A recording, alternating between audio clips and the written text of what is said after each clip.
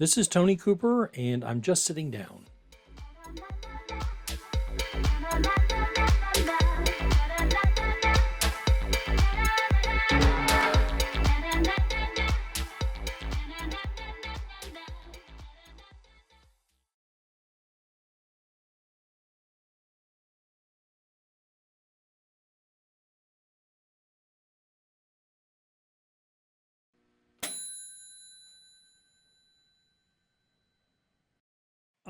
This particular episode and several subsequent episodes are going to recap a trip that Diana and I made to Costa Rica in February, March of 2023. So, if you don't know anything about Costa Rica, it is a Central American country that is in the southern part of Central America and is bordered to the north by Nicaragua and is bordered to the southeast by Panama. As you know, Central America kind of goes to one direction to as it empties, if you will, into South America. So Costa Rica is a very ecologically friendly country. And that is to say that they take a great deal of pride in taking care of the air, the water, the everything. They take a great deal of pride in their country. It is touted as being about the size of West Virginia overall in land. However, um, it's more it's more of a tube shaped kind of thing, which I guess that means that it has coasts on the Gulf and on the Pacific Ocean. There's also a bay that I think is called Colorado Bay, and we spent a day or two there on that bay or near it anyway. We didn't go into too much water, but I'll get into that as well. I mean, there's a lot of stuff you're going to hear about. But I'm going to start off. I'm going to start off with our trip. So this was my first international trip in quite some time. I think it's. I think the last international trip I took, I was. I didn't need a passport for because I had a military ID. So, and that had to be in the 70s. I mean, that was a long time ago. And so we decided to do this based on a couple of things. The first was I had seen some advertising materials from a one of the volumes of tour companies that take people for a number of different reasons, but the biggest reason we wanted to go was the wildlife. We wanted to go see all the amazing birds, and there are also, I mean, some other things that we saw. We saw monkeys. We saw some other ground animals. So, in addition to humans, of course, which was weird, but the idea was to go for the birds. I think I don't recall how many different birds there are total that have been seen in Costa Rica, but I know it was somewhere over 300. And I think we photographed somewhere between 220 and 270. I don't know. Diana can probably better tell you that. And I have an interview coming up with her, which I'll feature at some point during this series. This is an ongoing series, but it's not necessarily a sequential series. So this is episode 1 of the Costa Rica series, but it won't necessarily be followed by episode 2 because there's a lot of other stuff that I want to get in. Our in Costa Rica, our tour company was called Tropical Birding, and I don't know why specifically we settled on them, but we did like one of the things that we liked a great deal was that this particular tour, as do many of the tours that go to Costa Rica, include your lodging, transportation around the country, food. So, and in some cases, snacks. There were several cases where we were afforded snacks.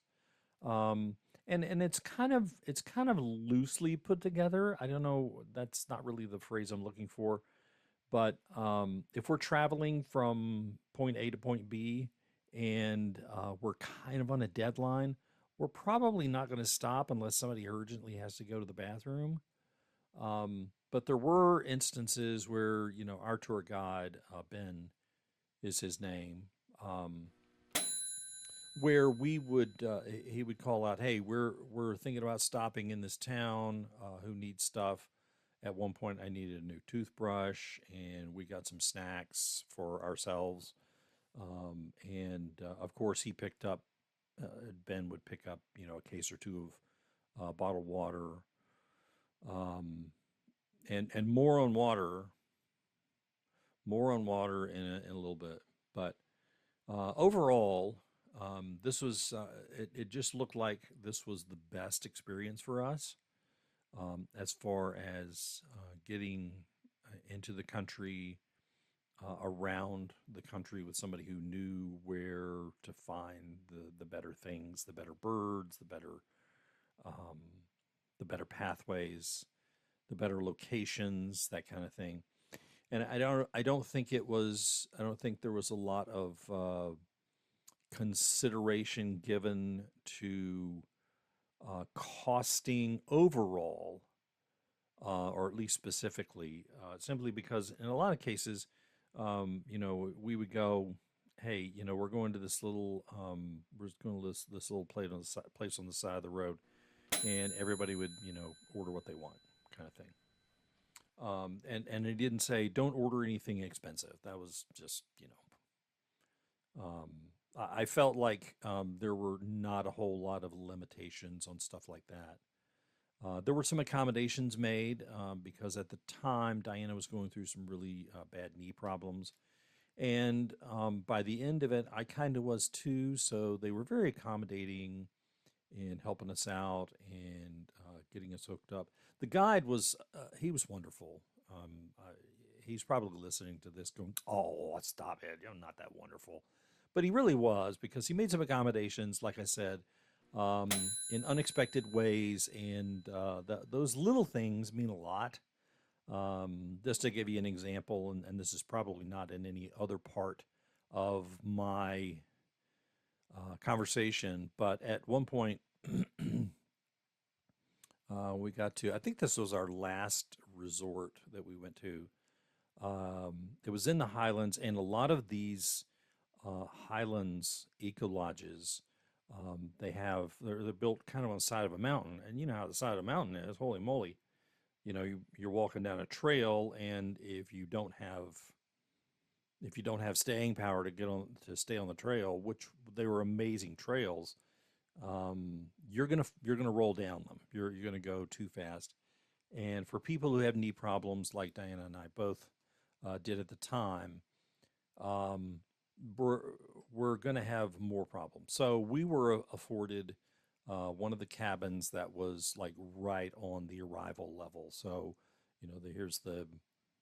um, here's the lobby, the restaurant, that kind of thing, and then here's our little cabin right here.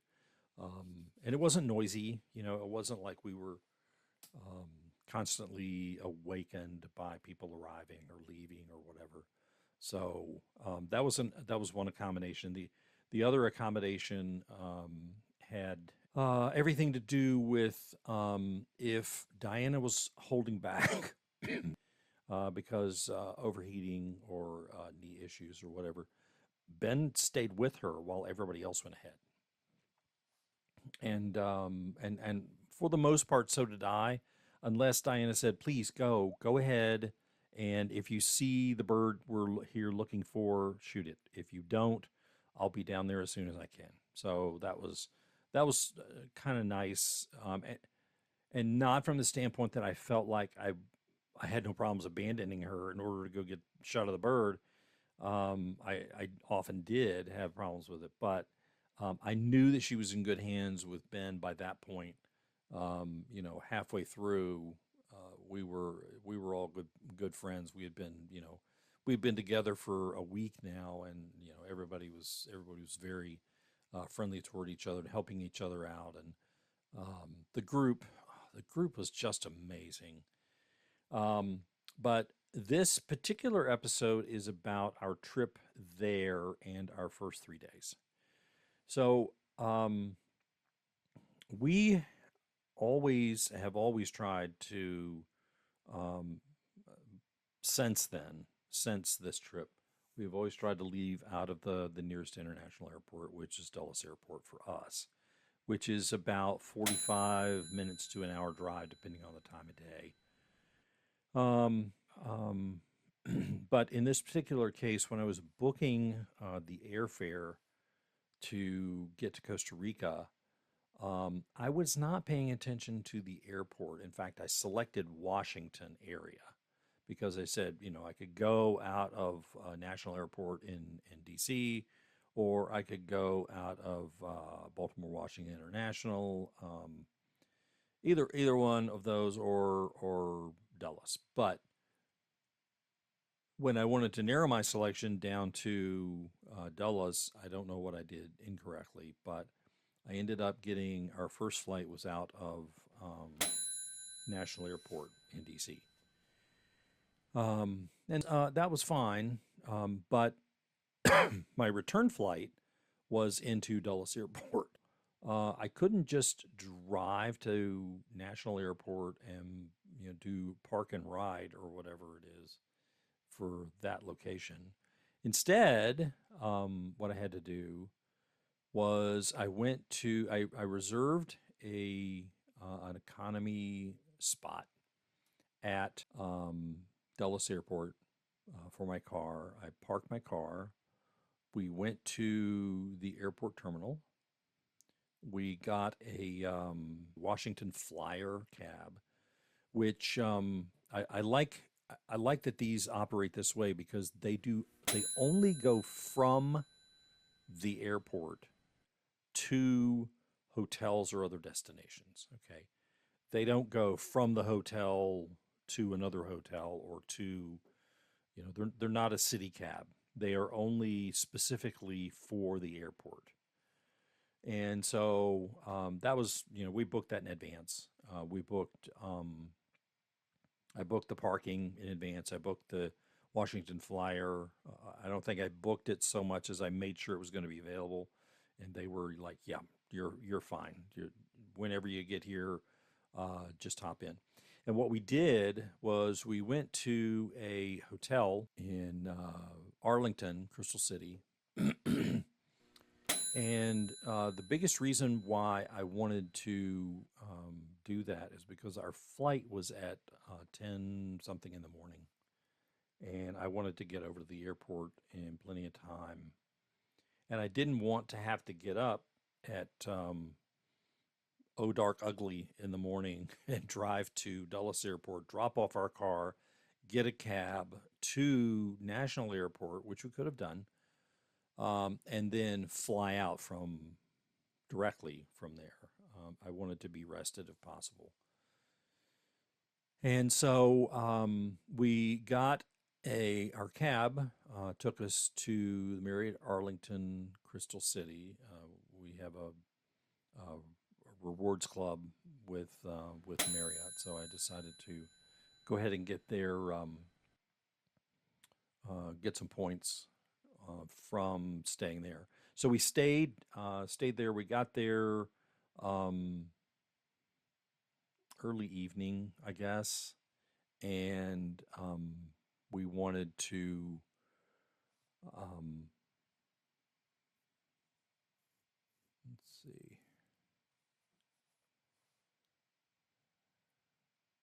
And so we got there, and this is a two-leg flight from National. I'm sorry, we got to the hotel, we get checked in.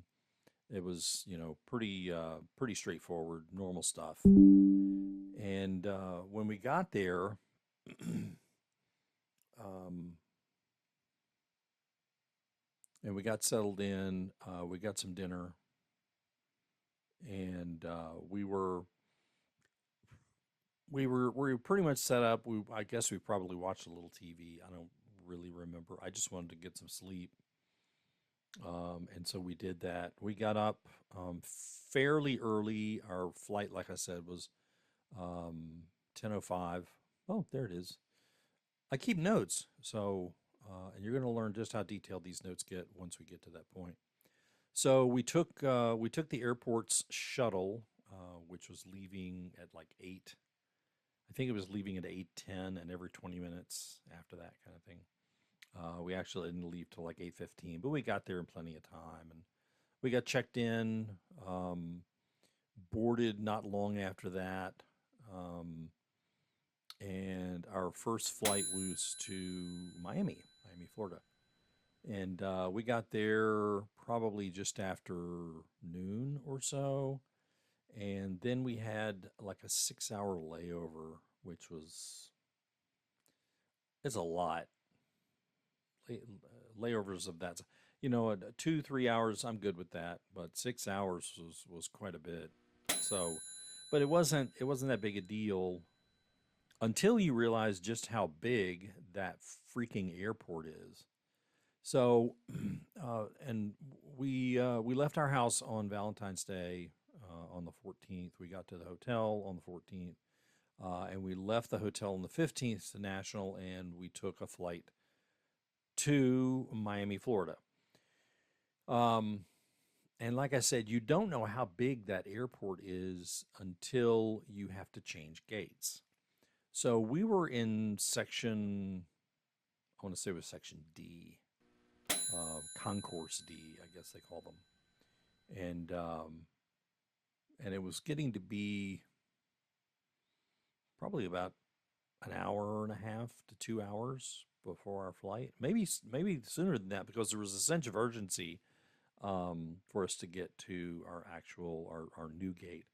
Um, the gate was changed not long before our flight was to depart, and so here we are. Diana's got knee issues. She's walking with a cane, and we don't want to exacerbate that. We don't want to get to Costa Rica and then have a whole bunch of problems uh, before we even get started on the tour. And I had pre-planned 3 days in Costa Rica before the actual tour started, which wasn't until the 18th. So there I was, there we were um, in Costa Rica, or in the Miami airport, and it was very uncomfortable seating. I think they were probably designed for 45 minutes of use, 45 minutes to an hour, and we didn't really have a whole lot of choice about where to sit. I mean, you go to a restaurant, but you got to order something. You go to a bar, you got to order something. You have more comfortable chairs, I think. But either way, we were sitting in a gate, and we learned about an hour or so before our flight that the gate had moved. It's a section E. And you're thinking, well, D, E, right? No, no, no, no. It's more like D is right here, and E is right about there. Yeah. So it was quite a haul. I would say 2 minutes into realizing that we had to move from gate to gate, Diana saw one of those electric carts and a driver, and we said and asked if we could be taken to this gate in section E. And at first, he was a little bit perplexed, because I'm not sure that somebody had ever asked him that. That's what he was there for. But I'm I'm guessing maybe he was on a break or something. I don't know. But either way, he consented. He said, "Yeah, hop in. We're good." So we headed out. Um, and even in the electric cart, which wasn't really going much faster than people could walk, um, it still took us 15 minutes to get from where we were in the decon course to where we needed to be in the econ course. And and that would have been a heck of a lot of walking, but at at this pace, we were still able to get to our gate. We were able to get checked in and boarded in plenty of time. And then we were off, and we were happy that we were not coming back through Miami on the way back. Um, so, so once we got airborne, it was starting to get to it was late evening by that time. 7 o'clock departure, something like that. And let's see, 10:05 flight to Miami, 7 p.m. flight to San Jose in Costa Rica. It was a reasonably good flight. There weren't a whole lot of bumps and waggles, but we were going to be getting in there a little after 9 o'clock, and it was 9 o'clock Central Time because Costa Rica is on Central Time. So it was a little over 3 hours ish, I guess, flight. Um, and I had been told that the shuttle for our hotel, our first hotel in Costa Rica, left promptly at 9:30 p.m. And I was okay with that, I guess, but um, I was hoping to get off the plane through immigration control, passport control, get our bags, and get out to the shuttle. And it wasn't there when we got after we got our bags, which took forever. And honestly, the baggage carousel area in this airport, was super hot. It was outside hot, and now Costa Rica is not overwhelmingly hot country. It's not in the hundreds kind of thing, um, but it isn't cold either, even at night. So it was pretty warm. It was a pretty warm day, and it was pretty warm in the baggage area. And we were both just really getting frustrated that our bags had not come through yet. And it was terribly warm. We were both hungry. We were both very tired from a day of sitting around and or traveling. It seems to really kick both of us in the butt when we travel. And we learned a lot about that when we were going. So after landing, going through passport, we went to the baggage area, waited for a long time for our bags, uh, and that was kind of what we encountered for the next 5 to 7 days. We did get our bags, and it was after the last shuttle left for our hotel. So, long story short, we went out to this area where everybody's holding a sign, either with somebody's name on it, or a destination where they're going, or whatever. And you don't, and it's not something that you're necessarily you've been exposed to before. I had not been exposed to before. I'd never seen anything like this before. So I didn't know if these were just guys for hire. They were saying, "Hey, we'll take you anywhere you want to go," or if it was always a destination where they were headed, or what it was. So at some point, we've been there about 15 minutes, and I was trying to think, if we go back upstairs, that's where we can catch an Uber, because they pick up people on what's called the arrival level, I guess. Um, but you have to go back upstairs, which means slogging our bags back through the airport, because there's no access to this gateway from outside the airport. And we didn't want to do that. So I was sitting there for a few minutes, and I was looking at my phone trying to figure out what was the best way to do this. And some random dude comes up and he says, "Do you need a cab?" And we said, "Sure." And I looked at Diana and she said, "Yeah, let's just go." So I said, "Yeah, let's get a cab." And he said um, something like 20,000 or 20 is what he said. He meant 20,000, which was 20,000 colognes, which was the equivalent to about $40. Okay, and I said $40. I'm tired enough that I don't mind paying $40. How far are we going? And when I looked at it on Google Maps, even in Costa Rica, I realized it was only like 15 minutes away. So no big deal. $40 for a 15-minute cab ride. Being exhausted, I just was ready to get to the hotel and settle in. So we got there, or we got on the road. We had to walk through a parking lot with our bags to get to this guy's car. We put the bags in his car. We hop in. Off we go. Okay. Let me rewind for a bit. um, when we were coming into Costa Rica, it was nighttime. The views were stunning, just absolutely stunning, because San Jose is basically surrounded by mountain ranges, and it was a beautiful sight as we were coming in. But one of the things I started to notice as we began our descent is that it was getting rough. We were getting a lot of crosswind, and that's typical of areas which are surrounded by mountains and valleys, that kind of thing. So as we were flying in, I have this nausea band thing that I wear on my wrist, and it is supposed to suppress nausea at certain levels for a certain period of time. Okay, and that was good. Um, and so as we were flying along, I was fine. I had it like at a level 3 out of 5, and we hit the turbulence and the crosswinds, and I was starting to have real problems with motion sickness.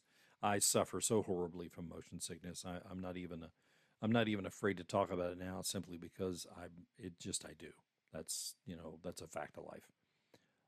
And it has plagued me throughout my life, and it may be just one of those internal things that keeps me from going on certain types of travel, because I just know I'm going to barf. But this thing had really, really helped out. I felt nothing throughout the entire flight until we until we were headed into San Jose. On approach, I would say we were less than 5 miles from the airport, and I realized I'm going to have to pull the barf bag from the back of the seat in front of me. I pull it up, and Diana looks at me and she goes, "Really?" And I was like, "Yeah. I mean, I've got the barf band, I've got my nausea band going, but it's on level 3." And she said, "You have 2 more levels above that." And I said, "Oh yeah." So um, I turned it up, and within a minute, literally within a minute, I turned it off, or I put the bag back in the holder behind me, and she looked at me as if to say, "Well, that's a plus. At least you won't be, having to recover from barfing."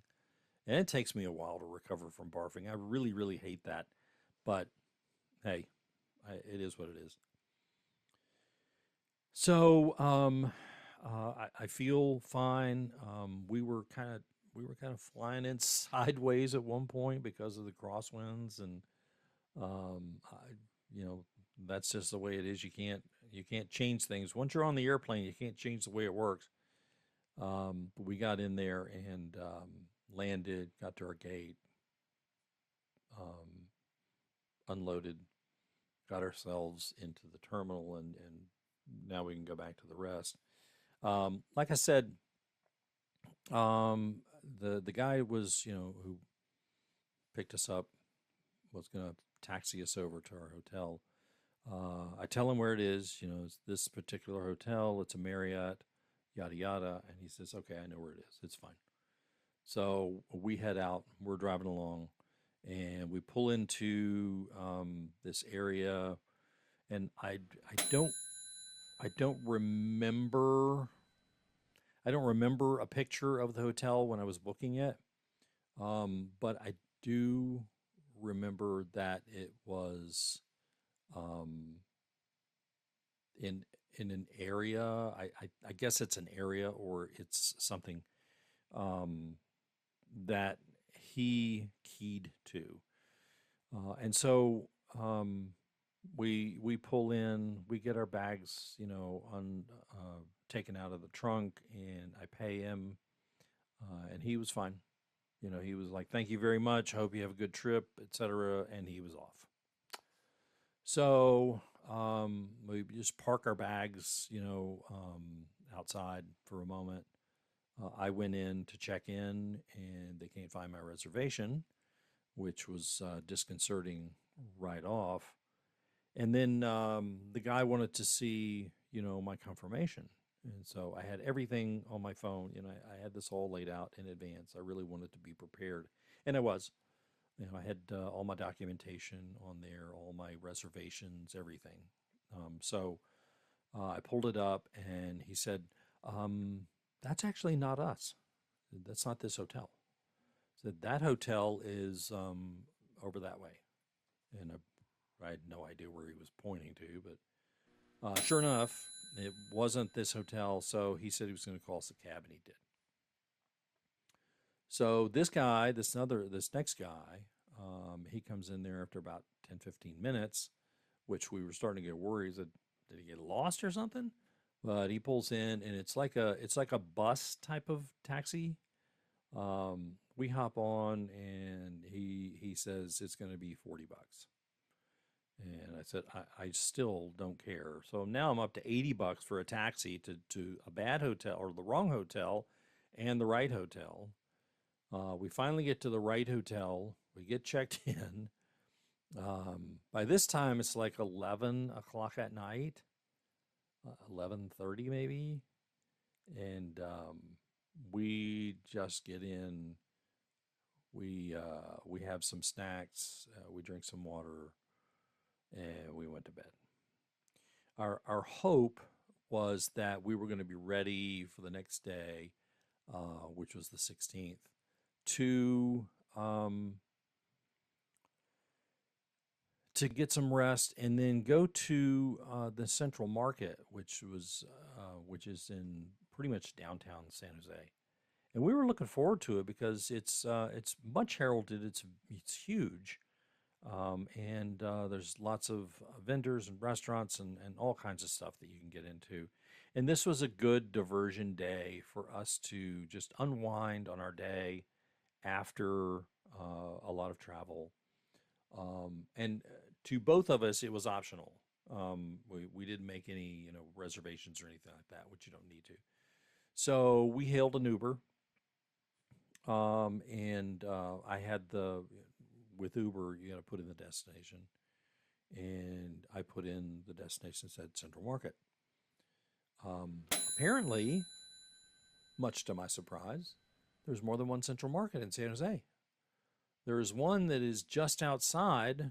Well, I should say that one of them was just outside of San Jose in another area. It has its own Central Market, and I was like, okay. Well, traveling there, I did not anticipate San Jose traffic. Um, the the stop signs, I think, are a suggestion. Stop if there's nothing coming, or whatever it might be. But as we were driving along, there was a lot of beep beep, and getting out of the way of bikes, and going around people walking in the road, and people on bicycles and scooters and other cars, obviously.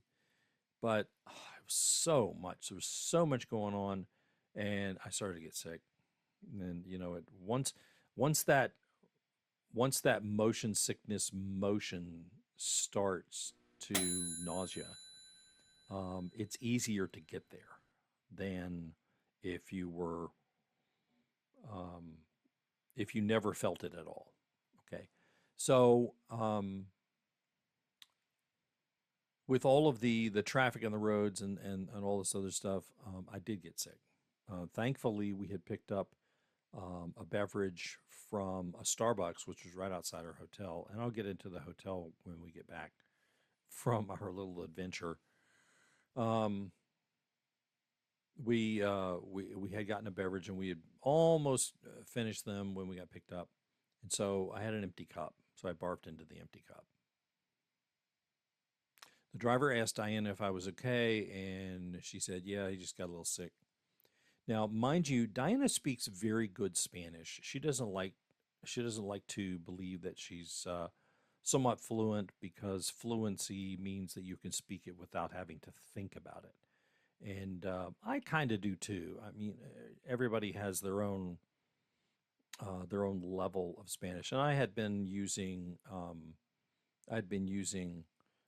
some learning software from the beginning, say 6 months beforehand, just about every day, doing Spanish lessons, and it paid off to some degree. I was able to use it for some things, but in any case, she told him that I was just sick, and we were like 2 minutes away from the Central Market at that point. He dropped us off, and almost immediately we knew we were at the wrong Central Market.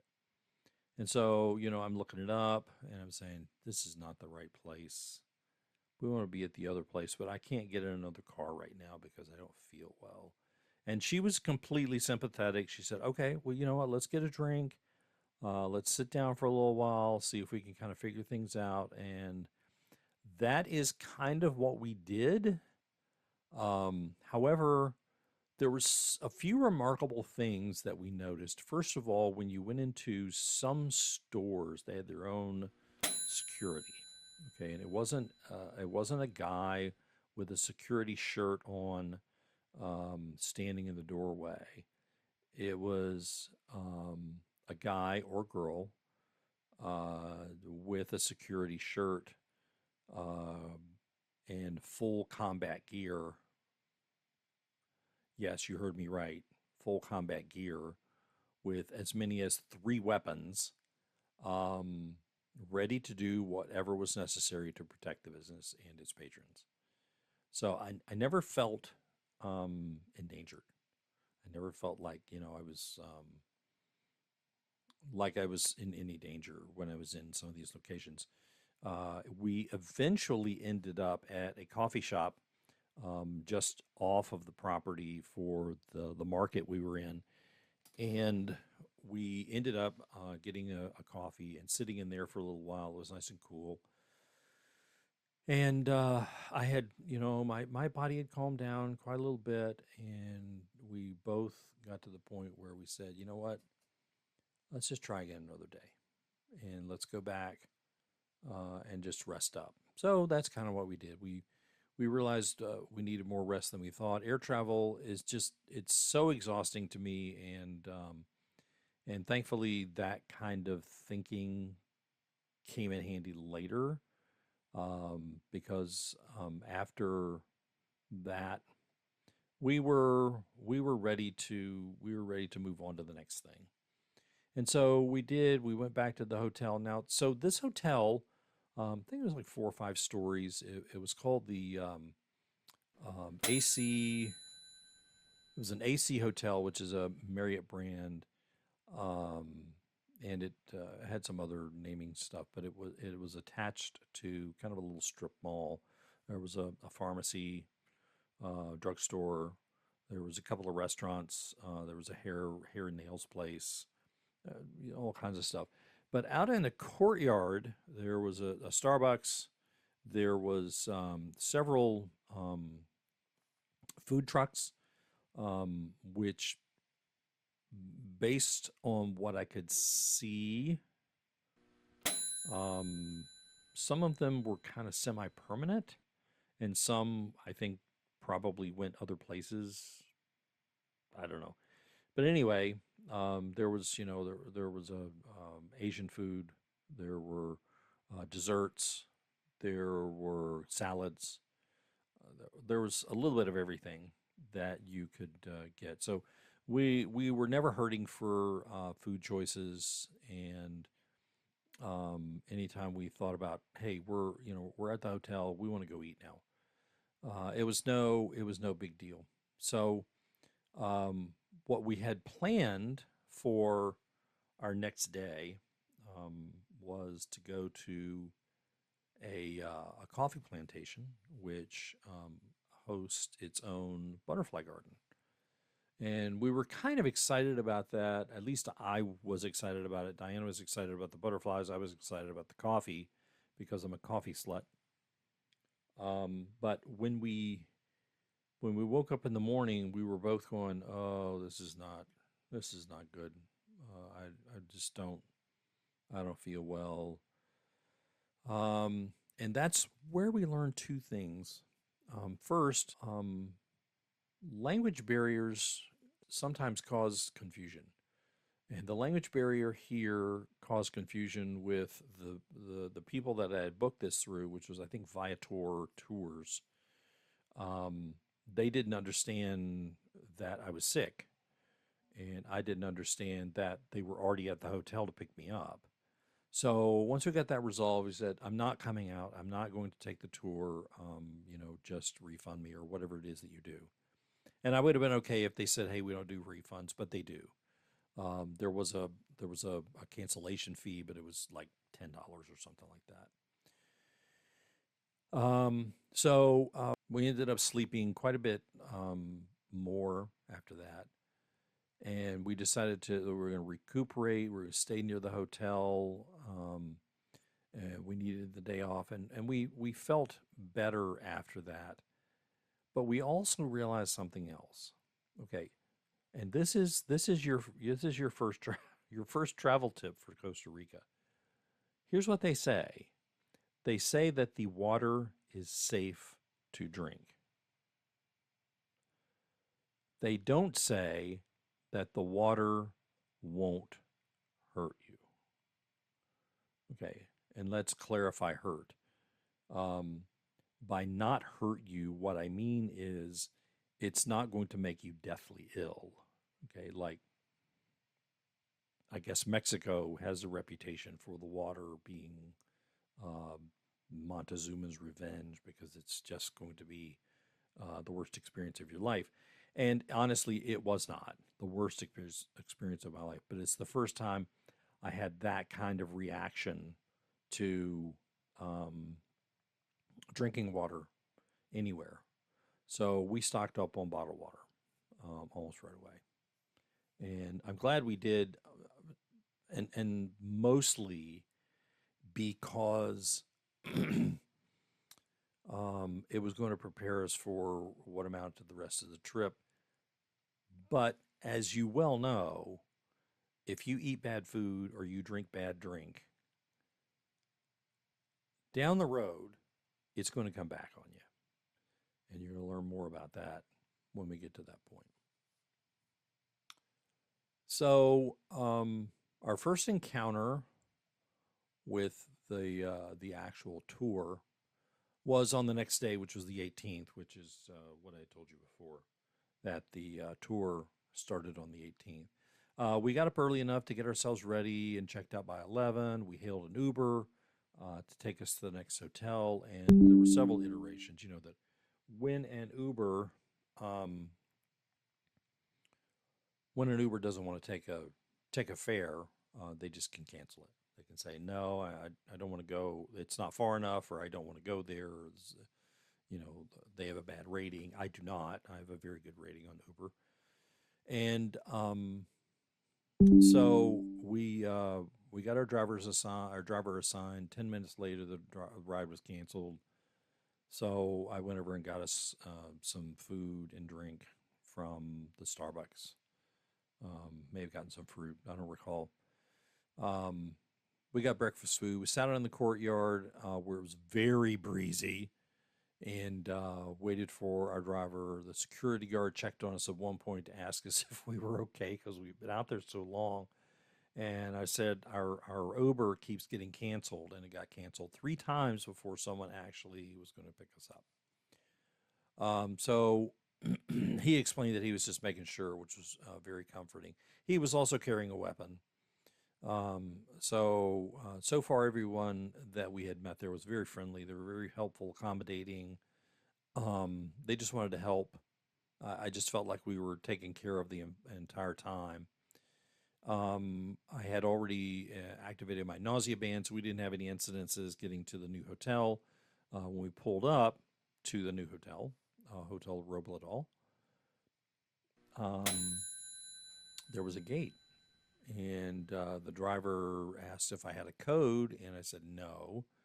And he said, "Okay, hold on." So he goes over and he pushes a button on an intercom, and a few seconds later, say 10, 15 seconds, the gate starts opening. And so he pulls in, and we get out, and we thank him, and he pulls back out, and we were done with him. So obviously, we got there earlier than normal check in. So we did have to wait a little while, but we didn't care. We really didn't. Because it was such a delightful place. It had open air, so it had open breezeways, which were very, very nice, and just a beautiful setting. I felt like we were kind of in the middle of a forest with some hotel rooms, basically. Eventually, they told us that the room was ready. It had just been cleaned, and that was great. Um, we got a room key, and it was a pretty nice room. It had AC, it had big beds, it had a very functional bathroom, um, and we felt well enough to just go ahead and grab a camera and go and scour the grounds because this was also a wildlife area, which was very convenient. Now it wasn't booked as an eco lodge, but it's near enough to everything else, all of the touristy areas in the San Jose area, which is very big on things like the natural springs and the spas and things like that. And if we had gone down there for that, that's what we would have been doing on day one. But we we felt well enough that we were going to walk around the grounds, and we were looking at a variety of things, and there was some wildlife passing through the area. Not long after that, we met one of the other 4 people in our group, the tour people, and they had set up a dinner for us at 6:30 to get acquainted with Ben, our tour guide, and get just kind of get a little sense, if you will, of what to expect over the next 14, 15 days of the tour. And so it was a good time, and we had some great laughs, and we relaxed for a while. Um, and we went to our room. We didn't unpack much because obviously we were leaving the very next morning for our first destination. And another interesting factoid about Costa Rica, and something you should remember, is year round, sunrise and sunset is approximately the same time, within about 30 minutes. Okay. And so 6 a.m. to 6 p.m., you have 12 hours of daylight for the most part, and all to accommodate our trip, because we didn't have to think about how much time are we losing today. We didn't. If it was 6 o'clock, it was time to get up. If it was 6 o'clock, it was time to go to bed or go to your room or whatever, and that was fine, and that was okay. So we did get a pretty good night's sleep, Diana and I both, simply because we were so freaking exhausted from the last 3 days of having drunk the water, um, and we were ready to go, and we were ready to go on this adventure, even if we were both probably not in the best physical health, just from a standpoint that we could have We could have spent another day recovering, but we were ready to get going, and I'm so glad we did. I'm so glad we did not do anything stupid like let's just go back home. No, we didn't. We lasted the entire tour and the entire trip. Yes, there were some hard moments. Yes, there were some disastrous moments. Nobody was injured. None of us were hurt. But there were some disastrous moments which I'll cover in upcoming episodes. So, but that was our first few days from the 14th through the 18th. We left on the 14th from home, and we ended up on the 18th at Hotel Robledal, which is, like I said, a very nice place. And I'll tell you more about that when we get back there, because that's also where we ended our tour. But I had a very interesting conversation with one of the managers there. And that's it for this episode because I'm done talking about this part. On the 19th is when we actually started our first trek toward our first eco lodge and our first destination. And it was just so amazing. The whole trip was. I can say that now. At the time, I was going, Jesus, what the hell am I doing this for? But there were, and that was only a few times. But most of the time, I was like, this is going to be, the end result is going to be fantastic. And we still talking about going back. We talk about, hey, is there a way that we can buy a house there so we can, just go whenever we want kind of thing and not have to worry about renting a hotel and getting an Uber or whatever. But anyway, so that's the start of the trip. I hope that you've enjoyed the recollection, some of the pictures. There are a lot more pictures to come. Diana has provided me with over 130, 140 pictures of some of the wildlife that she photographed. Interestingly enough, and I don't know how this happened, for our first 3 days there, we didn't take a single photograph. Not even on our phones. Yes, we're both photographers. Yes, we had all of our gear with us, all of our daylight shooting gear. I had video gear with me. I had my phone, which good quality photos from that too. We didn't take any pictures. It was weird. But I did manage to glean a few from online, and I hope that those have helped you understand where we were and what we were doing. But in our next episode, in the next episode of the Costa Rica series, I'm going to discuss subsequent days. I will decide at the time if there is more or enough to go around for a time period. This is the longest, I think, of the episodes for this series. This is going to run about 50 minutes. This one did run about 50 minutes. I'm telling you at the end how long it's going to run. Aren't I helpful? But it's this is the longest of them. The rest of them, I'm going to try to keep them to around 30 minutes or so. And there's going to be some very good stuff in there. I had the distinguished opportunity to interview Ben, our tour guide, about a year later, maybe a little bit more, a year and a half, maybe later. Fantastic young man. I'll talk more about him as well. And like I said, I have an interview coming up with Diana, and we're going to talk about Costa Rica among many, many, many other things. I may have to do it in multiple parts, simply because there's so much stuff to talk about. But I'm going to end this one, and we're going to move on to the next one next time, or in the next episode. Just stay tuned. You'll get a notification when it's ready. We'll talk to you soon.